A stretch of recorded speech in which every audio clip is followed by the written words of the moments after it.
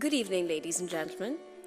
On behalf of the royal family of Gondal, our honorary director, Mr. Ashish Doshi, and our curator, Mr. Asad Lalji, welcome to the Royal Opera House, Mumbai, India's only surviving opera house and the city's cultural crown jewel. We believe that literature is an integral part of the culture of any city and that Mumbai is no different. We regularly collaborate with the biggest lit fests, publishing houses, authors and intellectuals, and important personalities to give events to the city, which we hope will long be remembered. Our stage has become synonymous with literature and books, having launched titles for a number of prominent and eminent authors. And tonight, we're happy to host yet another important voice. Westland Publications, the Royal Opera House Mumbai and Avid Learning present an exclusive evening of music and conversation around the Mumbai launch of the sixth string of Vilayat by author and journalist Namita Devidayal. To kick off the evening, please welcome Mr. Gautam Padmanabhan, CEO of Westland Publications, who will now say a few words. Thank you and have a wonderful evening. Good evening. On behalf of Westland, it gives me great pleasure to welcome you all to this evening's launch. When the music room was published over a decade ago, it marked a shift in the way Indian classical music could be written about. The honesty and grace with which Namita combined her own personal journey with that of Dondutai, her teacher, struck a chord in readers both initiated and lay.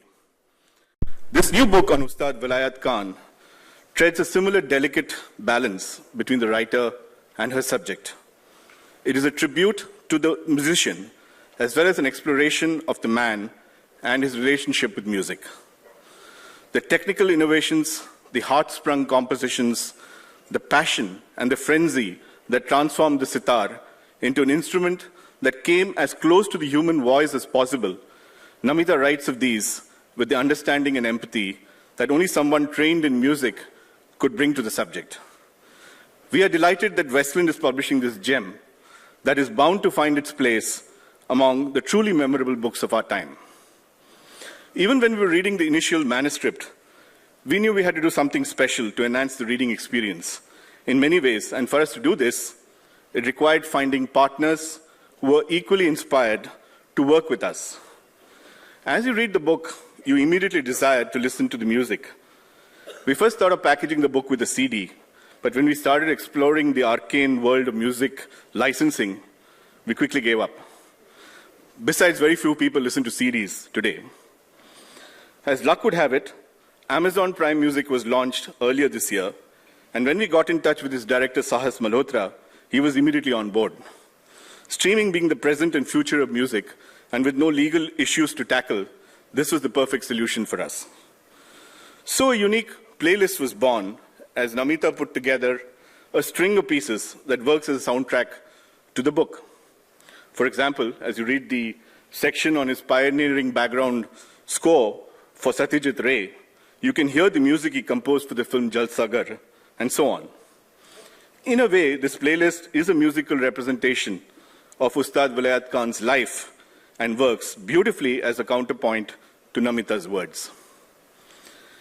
The second stroke of serendipity was the launch of the India store of the audiobook portal Audible. In fact, Audible was launched only a couple of weeks ago at this very venue, the Royal Opera House. While audiobooks are essentially spoken word renditions of text, the opportunity to enhance the experience once again presented itself. And when we contacted Jai Zende of Audible, he immediately agreed to explore musical additions to the audiobook.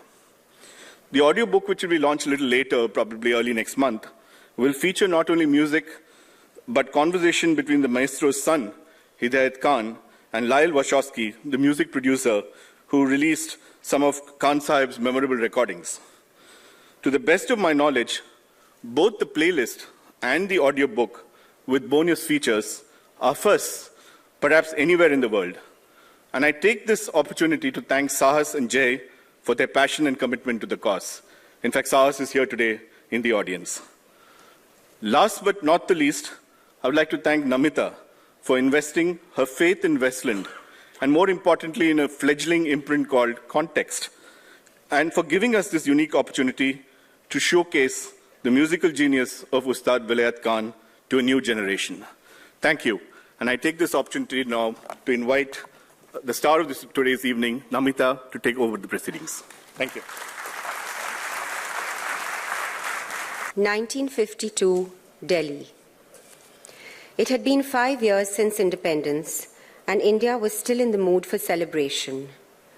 Two young string musicians were performing together at the Constitution Club grounds, a sitar player called Ravi Shankar and a sarod player whose name was Ali Akbar Khan.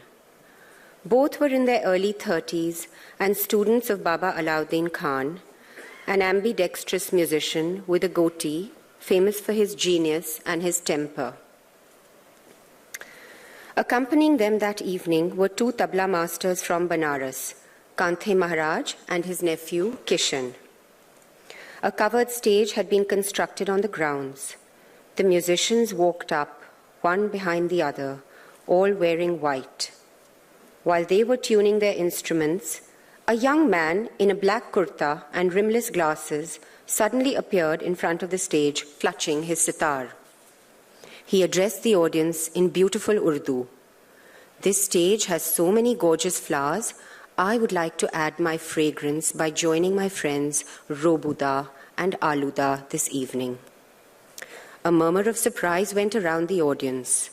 The performance was meant to be a duet. Who was this? Although he spoke poetically, this man had the air of a human detonator. He held his instrument as if it were a weapon, pointing it at phantom enemies.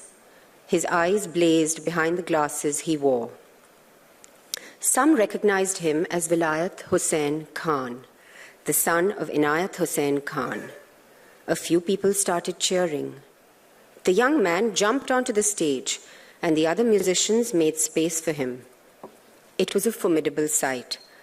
Ali Akbar sat in the center, looking vaguely daunted.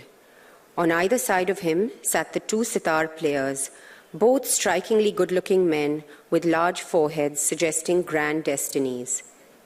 Two grand Miraj Tanpuras at the back, and two Chicago radio mics in front. It was a picture of perfect melodic symmetry. Ravi Shankar made the customary gesture asking for permission to begin. He then struck the notes of Rag Maj Khamaj.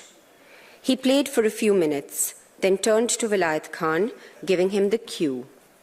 The younger musician played the same riff, but in a more lilting style. They meandered through the alap for almost an hour, building gradually, thoughtfully, teasing the ma, the rag's dominant note, the maj in the khamaj. At some point, it became evident to the audience that a subtle musical duel was taking place.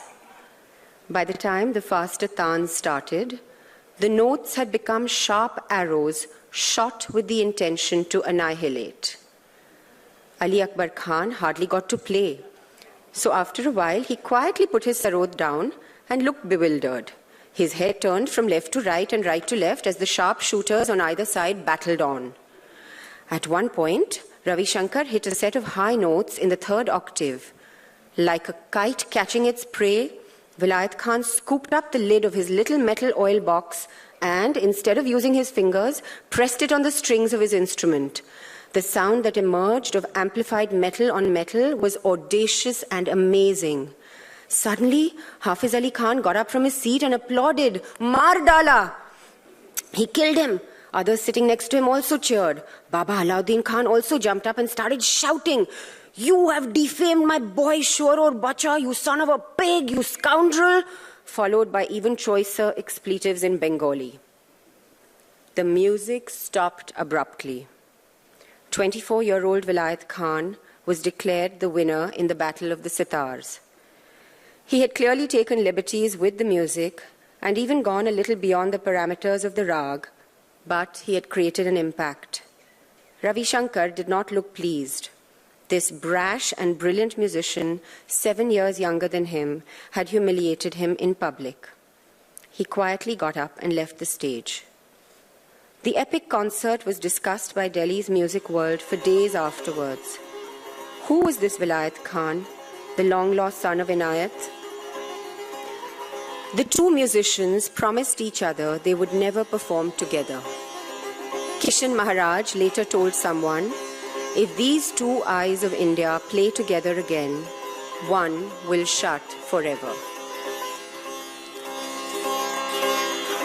I now would like to request Apurva Asrani, a friend, a lover of music, a filmmaker, and the person who brought to life two incredible biopics, Shahid and Aligarh, to join me on stage for a conversation about our favorite musician. Good evening, everyone. Welcome to the Royal Opera House. Hi, Namita. Thank you for having me here today.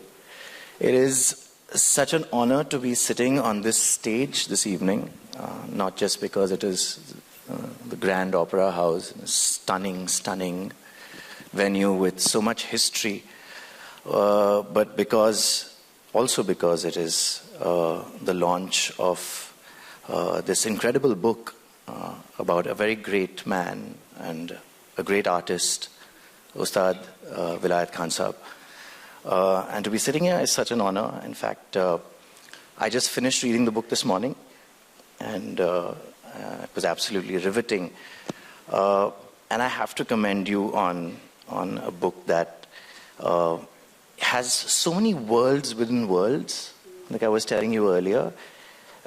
Incredible character who didn't belong to one place. He lived in so many parallel galaxies and universes, and gave a part of himself to each of these places. And a man and an artist so pure and so with an art, I think that's unparalleled. But yet I wonder why it is, and I'm sure this is was his pet peeve, why it is Pandit Ravi Shankar whose name has become more synonymous with the sitar. So, from what I understand, I think it was one of his many peeves. It didn't dictate his life, though it did seem to be an undercurrent. And yet, I'm told by the Buzurgs who I've interviewed that there was a kind of an unwritten respect between the two, which existed, but when it came to external applause and when it came to all the sycophancy that exists and the government applause and the government awards, that's where the troubles happened. And then there was also one really awful episode where a CD of the music for Jalsa Ghar had arrived with Ravi Shankar's name instead of Vilayat Khan's name, written by some terrible person who was doing the credits and didn't pay attention. And you see, the whole problem was that sitar had become synonymous with Ravi Shankar, and people just didn't bother with the rest. And so I think it bothered him to some extent, and yet it didn't, because he chose to remain authentic and to his aesthetic certainties, to his idea of what music was. And he had many opportunities to become a collaborative artist, just like Ravi Shankar, but opted not to.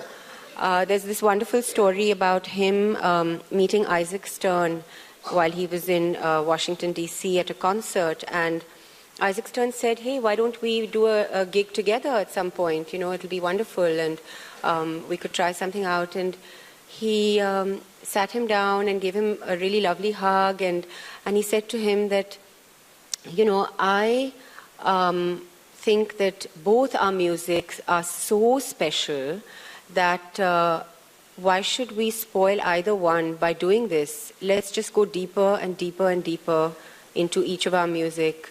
Otherwise, our instruments might go the fate of the flamenco guitar, which is almost extinct. And so I think that to some extent he believed this very deeply, and to some extent he was positioning himself as someone very different from Ravi Shankar. So I think that's partly what was going on over there. Every artist has to create a uniqueness about him, and if he had followed the collaborative route, it may not have worked, because Ravi Shankar had got there first in the 60s with the Beatles and with Yehudi Menuhin.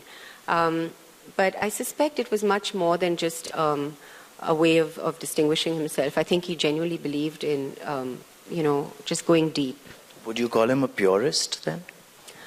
I think in my limited understanding of music, yes, I would. I think that he really chose to work with the rag, with the integrity of the rag, and just didn't move horizontally to experiment.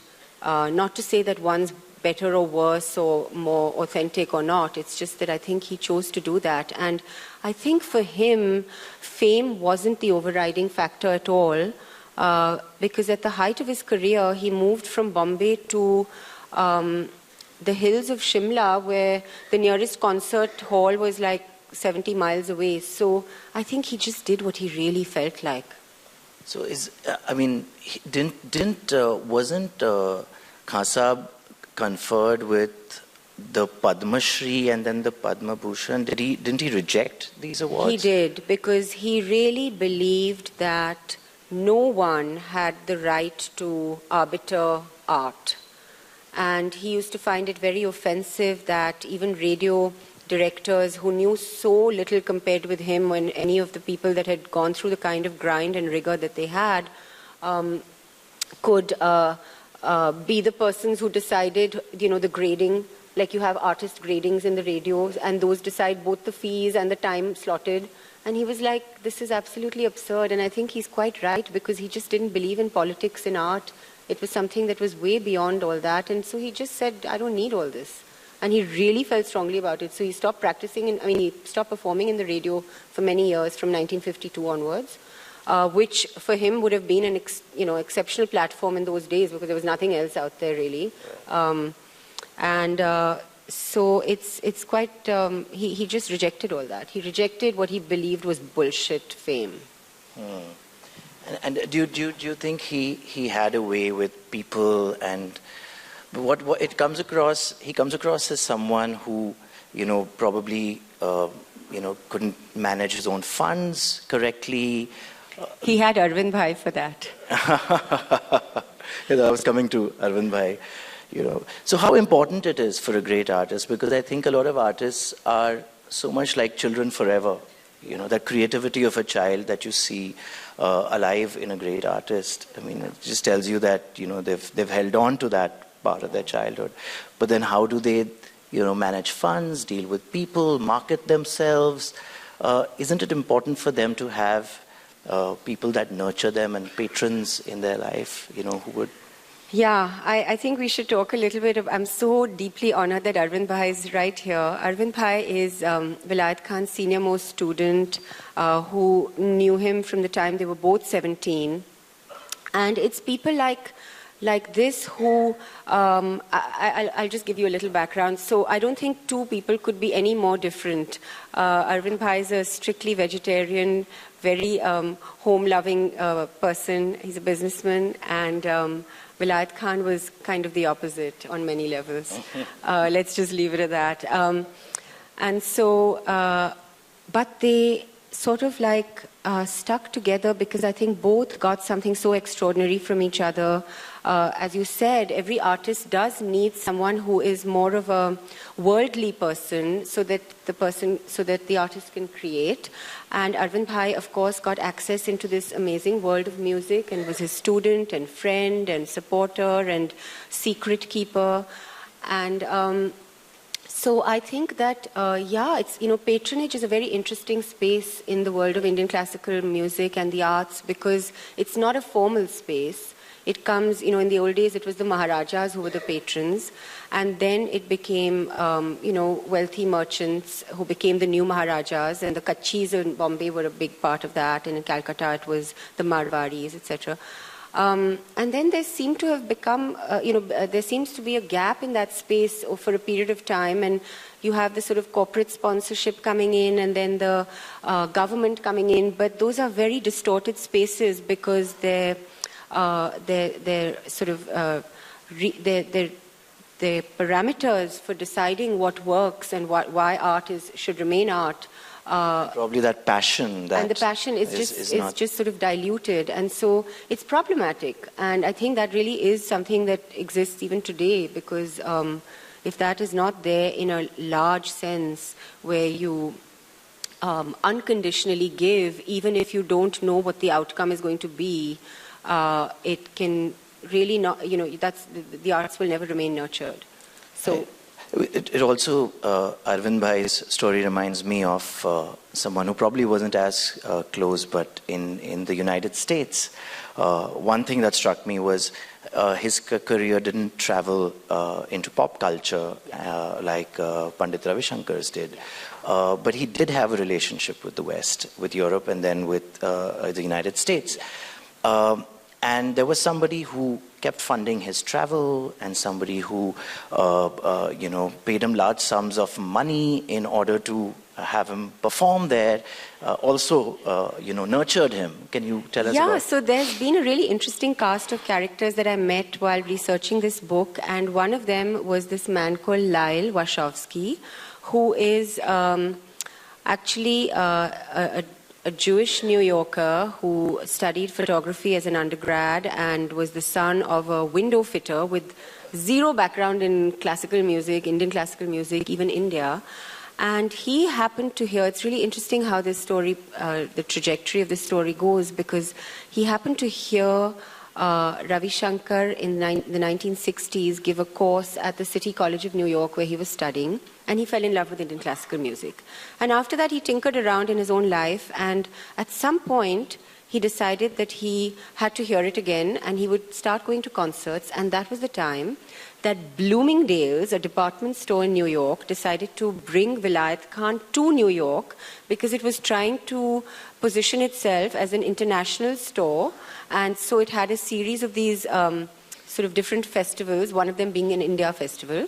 And Vilayat Khan was the icon who was brought in, and he performed. And this same person who'd heard Ravi Shankar 20 years ago and fallen in love with this interesting sound, heard Vilayat Khan and was smitten.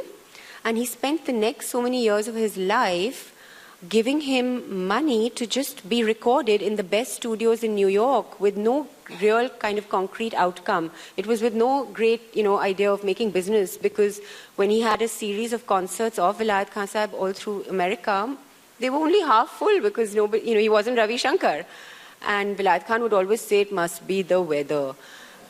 So, but they both carried on in this beautiful love affair, and actually, some of the most extraordinary recordings of Vilayat Khan Sahib, which exist today, that are really sort of beautiful and seamless and don't belong to HMV, are the recordings by Lyle, which he has shared with us, and will make it to the audio book that is going to be published as well. Great. And didn't you also send us a clip of him talking about yes. Vilayat Khan Sahib? Can we play that clip for our audience, please? How were you able to gain his trust in those early days? It was a process to gain his trust, because he trusted me to drive him home, which is something to begin with. Not knowing me, you're a brilliant musician. You're getting into somebody's car. Who is this guy? But fortunately, it's a nice enough car, so he figured I must be okay. He liked good cars. He liked Mercedes in particular, although I drive a Volvo. But that was good enough. Lyle, how were you able to gain his trust and become the preeminent recordist and archivist of his music? He had time when we were in Los Angeles, and so we recorded the Bhairavi, the one that you have, the Bhairavi, a full Bhairavi, Alab Georgiala, and then Gats in California at Sunset Sound, very, very good studio in Los Angeles. And he seemed very pleased with it. And I was extremely pleased with it. There was no way of here I was sitting in the studio, and there was Vilayat Khan playing these extraordinary phrases. Particularly, he has a way of playing phrases that sort of tail off into like an overtone almost, or overtone, yes. I guess it's overtone. And it's just extremely beautiful and touching. And I'm sitting there with some friends of mine in the studio, and I'm sitting there waving my hand as one does along, as he might even, the contour of the music, and just amazed. He demonstrated to me once. He said, "Look, when you walk on stage, you just don't walk on stage," and he showed me how you walk on stage with the shoulders squared and with dignity, and he practiced this. This was something that he gave thought to this presentation aspect of how does the audience react to you? You know, it's not just like, hey, everybody, I'm here. It's like, no, there's a sense of reserve and a sense of dignity that was him, and which he felt that the music deserved. Wow. He seemed very meticulous, and his attention to detail, even, you know, when I read about his attention to his clothes and his outfits, what other people wore, you know, his car Gazala, Yes. that he had a birthday party for. He had a car called Gazala. He named his Mercedes Gazala. It was a car gifted to him by King Zahir Shah of Afghanistan, and he drove it all the way from Kabul to Bombay. And then he chose to have a party for it on Altamount Road. He dressed it up as his new bride. He put a big fat nose ring on the bonnet, and he created a card. His wife and an old, as coincidentally a family friend, Malu Devidayal, and his wife, then wife Manisha, created a card which was in the shape of a Mercedes, and it said, to celebrate my new bride Gazala and my old wife Manisha, come and party. I have that card with me. And so he was kind of, I think, India's original and first rock star, because he really took everything to a kind of operatic level. Nothing for him was just simply ordinary. It was always to be highly accentuated and extraordinary. And I think he just had a lot of fun with life. He was a great ballroom dancer. He used to, I think he was a connoisseur of perfume. He had 100 pairs of shoes. He would tinker with his car the same way that he could tinker with his instrument. And I heard that to fight boredom, he would even sit and cut and stitch his own clothes sometimes and drive everybody crazy in the process. So I think this kind of like living larger than life, this perfectionism, when I interviewed his children, they said that he would lay aside what he was going to wear to a concert the previous night, and then next to it would be his little pawn box, and everything would be so meticulously arranged, and his watch would be next to it, and his hanky would be kept next to it, and it all had to be done in a very systematic and particular manner. And if anyone touched it, there would be complete, hell would break loose. And not only would he dictate what he was going to wear, but he would also ensure that if any of his family members were attending the concert that next day, he would go through what they were going to wear and curate that. So this kind of, I think it was just that he really believed that nothing should be left to chance and everything had to be done in a very proper manner, whether it was the music or the attire or the manner in which you spoke. But do you think that, this persona of his, this personality, did it affect his personal relationships as well? Because when I read the book, I see a really fabulous career and all these wonderful quirks and such great achievements. But there is also pain. Yeah. There is also loss. It almost feels like everybody that he was close to was estranged from him at some point. Can you tell us a bit about? Yeah, Apurva, I really was very careful about not hiding the dark side, because I think that in India we do tend to have this very hagiographic approach towards anyone who's great, and you want to just sort of like wash over the other stuff, which to me is actually doing them a disservice, because you're not allowing them to be human beings. And yeah, they could be great artists and they could be somewhat fragmented human beings, and it's quite all right. And I think to be able to write about something like that matter-of-factly, with respect and quite objectively, without judgment, is wonderful, because you're allowing even the reader to enter somebody's life with all the perfections and imperfections and celebrating everything, or just reading about it, or just sort of like entering that person's life in a much more textured way. So I think that, yes, he did seem to have very fractured relationships with every single family member. And I suspect that came from the fact that he had such a difficult childhood after losing his father at such a young age. He had to really go around begging for work and begging for mentorship and struggling, and had serious times of deprivation, which I think can impact anyone. And so he became somewhat cynical perhaps on these fronts, and if somebody rubbed him the wrong way, it would, as one of his family members said, कि अगर कोई उसके तरफ सीटी बचाएंगे वो तो बंदूक निकालते थे. So it was, he did seem to have a certain paranoia, and it's very evident, and I'm grateful that both his sons opened up to me about the very difficult relationship they had, both Shujat and Hidayat. It took a while, but they shared the pain and yet the absolute immense amazingness of being around a man like him. I mean, Shujat, I remember, told me these stories about how they would sit together when it was really cold in Shimla, and it would be like all dark outside, and there'd be these fir trees silhouetted against the darkness. And he had just come back from his trip in England, because he'd spent a lot of time there at that time. And Shujat must have been about 6 or 7 years old, or 8 or 9.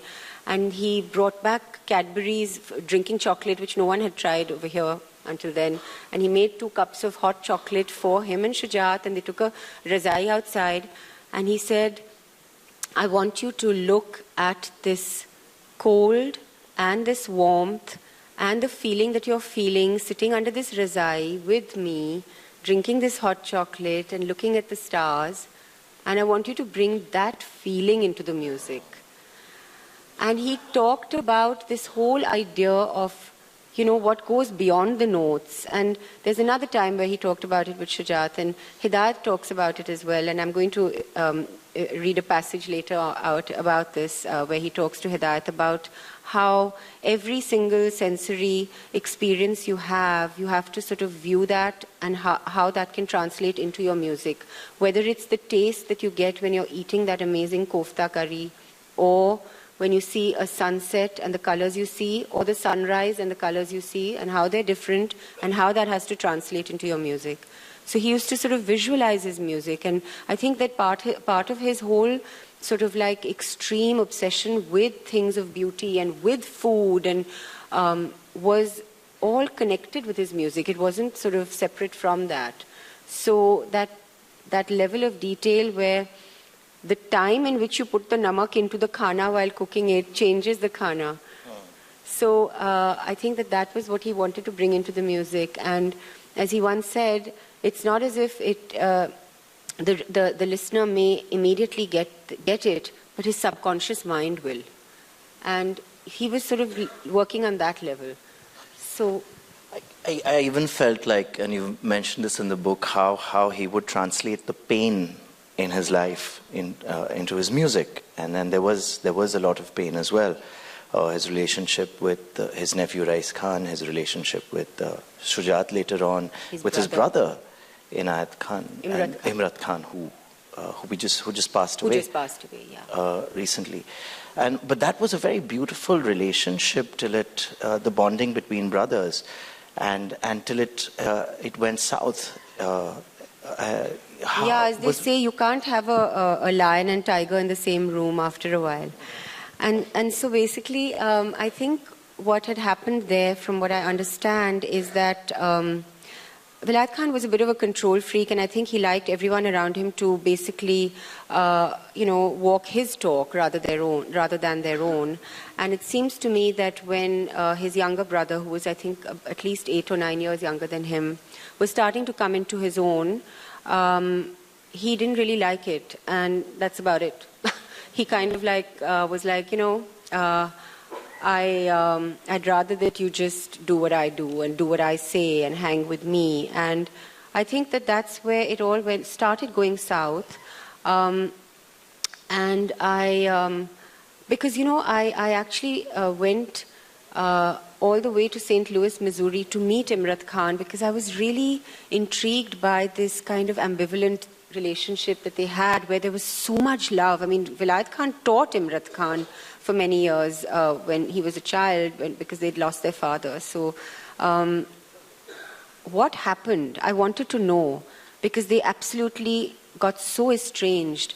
that it was. I had to sort of hear that story from Imrat Khan Sahib, and so I went to this random city called St. Louis, Missouri, which is in the middle of nowhere in America, and found him, and he was quite warm and welcoming, and I was terrified because I was basically opening a lid which clearly nobody wanted to open. And you know, when we all come from families where we've seen all kinds of fights, and this one was at I just heard my father laugh.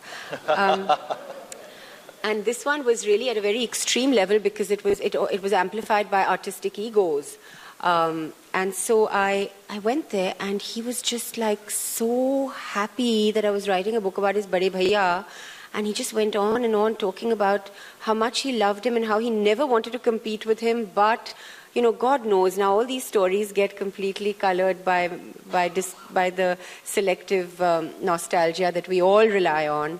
And but there was definitely, I saw love, I saw pain, I saw estrangement, and then he made me listen to what is one of the most, considered one of the most beautiful instrumental duets which happened between them even after their estrangement. It's called A Night at the Taj, and it's in Rag Chandni Kedar. It was recorded in 1967 by HMV, and it's considered one of the most beautiful instrumental duets of all time, because Vilayat Khan, basically, his romantic imagination was so extraordinary that I think for the first time in the history of instrumental music in India, he created a whole narrative story, and the music was basically playing out that story. And the story was that on one full moon night on the Taj Mahal, Shah Jahan and Mumtaz Mahal's souls come down to earth for that one night,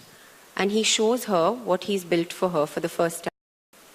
And the whole piece is about them sort of rediscovering their love and dancing around the Taj Mahal, and the Sur Bahar plays the male Shah Jahan, and the sitar plays Mumtaz, and you can hear this contrapuntal movement, and I'm going to read out a little bit about this. And can we play a little bit of the music? Yeah.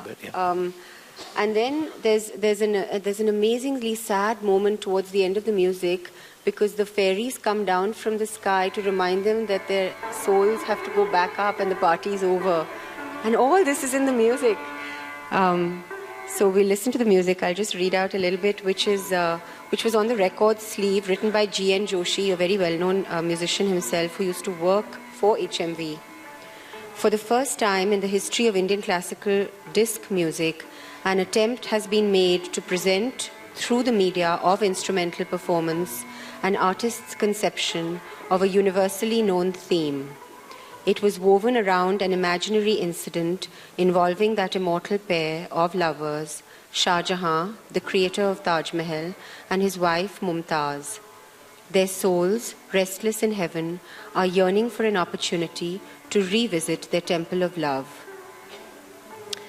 Here goes, as we begin to play the opening side, the story in its chronological sequence as visualized by the artists. They were accompanied on the tabla by Nizamuddin Khan. And can we have a bit of that music?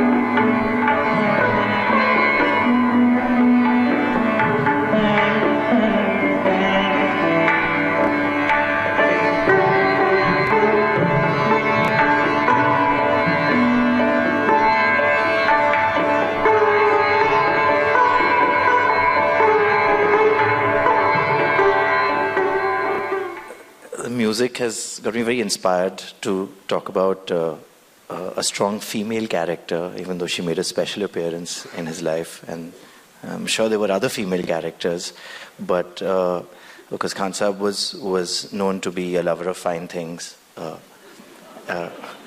And I find that the chapter on the Chand Bala fascinating. I think it's a book in itself.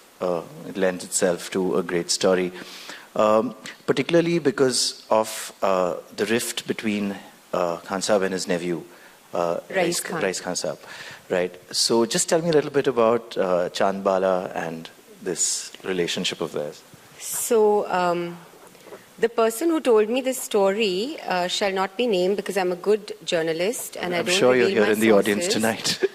But it was wonderful because they told me the whole story and then said, but don't put it in the book. Anyway, Chand Bala was just one of the many, girlfriends that Vilayat Khan had. And he would, I think, routinely promise all of them betrothal and then at some point realize that he had no interest whatsoever. And so he had a friend who he would often engage to do the breakup. And this this often turned into really sort of like incredible moments, which I have referred to a little bit in the book. In this particular case, Chand Bala was not one to be left scorned for nothing. And so after Vilayat Khan left her, she proceeded to seduce his nephew Rais Khan, who and really sort of like fostered a relationship of great rivalry between the two of them, which was already beginning because Rais Khan was turning out to be as good looking and as good a player as Vilayat Khan. And now they had shared this experience, and so it's just led to many, many funny moments. Eventually, she married. She did marry Rais Khan, and that was also short-lived because 4 wives later he ended up in Karachi, and then of course he passed away, as we all know. So. Right, which was last year. Yes. Right. So,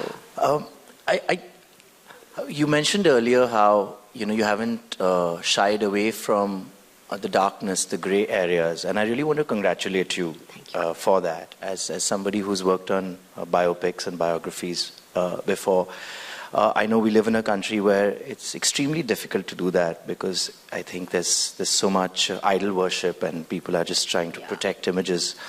But I did find that at the end of the book, and you caught me completely by surprise because you had painted such a complete picture of a man who had his flaws and had his arrogance, but at the same time was a loving man who was charitable where it was required, who had this relationship with his sons where he was not there all the time, but when he was there, he really tried to give his all.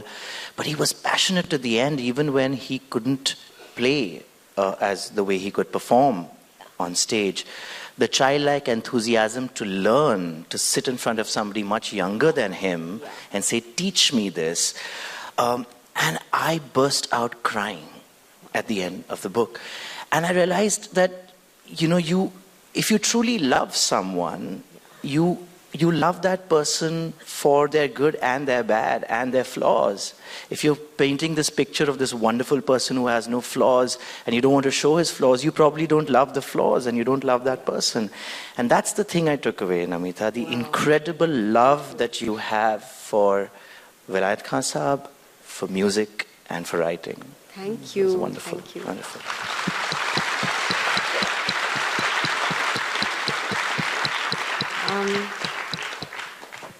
I think to end our conversation, I'm going to read out a passage which involves a person who has really been the originator and a big part of this journey, Vilayat Khan Sahib's younger son, Hidayat, who's here. And I really appreciate the honesty with which he approached this book because he said to me very clearly that Nams, even if I hate something you've written in the book, I'm not going to say anything because you have to just do justice to the truth. This is a passage where we talk about Vilayat Khan one evening in 1997. It was while father and son were on a concert tour in Oregon in 1997 that Hidayat felt a small shift take place in his music, and his father heard it too. They had played together on stage. Because of the angle at which he was sitting, Hidayat had been able to closely observe his father's right-hand modulations and saw how he extracted so many different tonal textures from the instrument. That night, when he was back in the hotel room and his father was in the shower, he pulled out Vilayat Khan's sitar and started playing, paying attention to minute differences in tone. Vilayat Khan emerged from the bathroom with a look of utter joy on his face. He knew his son had seen the music. All those years of berating him, arguing with him, and persisting had paid off. His towel still wrapped around him, Abba sat on the bed and started talking to Hidayat in Urdu with the quiet enthusiasm that comes from finally having found a discerning audience. You know, there used to be this Persian carpet in our house. If you brushed the carpet one way, it looked exactly the same. But if you brushed it the other way, son, you could see a slight difference towards the very end. It was so subtle that you might not even notice. You had to look carefully to tell the difference. Hidayat put his sitar down and sat cross-legged, resting his chin on his knuckles, listening intently. Bebu, the carpet was created by a master weaver, but he died midway, and the last bit was finished by his son. Obviously, the way the two men held the thread must have been slightly different, but that minute difference is what you need to get into your music. Pay attention to that level of detail. If you have that kind of eye and vision, then people may not consciously realize what you are doing, but on a subconscious level, it will transport them and grip them. Vilayat Khan reached into his suitcase and pulled out a deep red Kashmiri jamawar shawl covered with paisleys. Look at these patterns. If you go close, each one looks so intricate. And when you look at it from afar, it is a totally different experience. It's the same with a Rembrandt painting, blurry up close, but when you move away, it all comes together. You have to put that into your music. In the pattern of a taan, the difference between the first phrase, the second phrase, and the third phrase is so minute that until you complete the entire taan, you don't see the full picture. Suddenly, when the taan is coming to an end, the full picture emerges, and it feels so defined, so complete. Vilayat Khan got up, kissed his son on the cheek, and then proceeded to turn on the television. A World Wrestling Federation game was in full swing. He watched it to the end of the fight.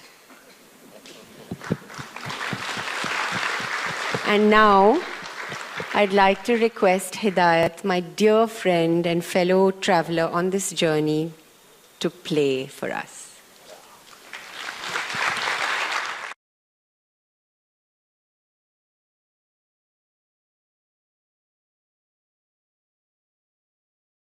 I wish it didn't have to end. So much beauty, so much grace, so much honesty today that one can only be thankful. And I am deeply thankful. I've been part of this book's journey for some time now. And I would like to thank Namita for the trust she bestowed on us, on Westland, on me, Gautam, Ajita, all those of us who were fortunate to have worked on this beautiful work. I also want to thank the Royal Opera House and Avid Learning, Hamid Foundation, all those who've been part of making this evening possible as well. And of course, a heartfelt thank you to you, Hidayat, Anatosh. It's been marvelous. I know you will want to read this book. If you wish to have a signed copy, Namita will be signing copies in the foyer. Thank you very much for being here.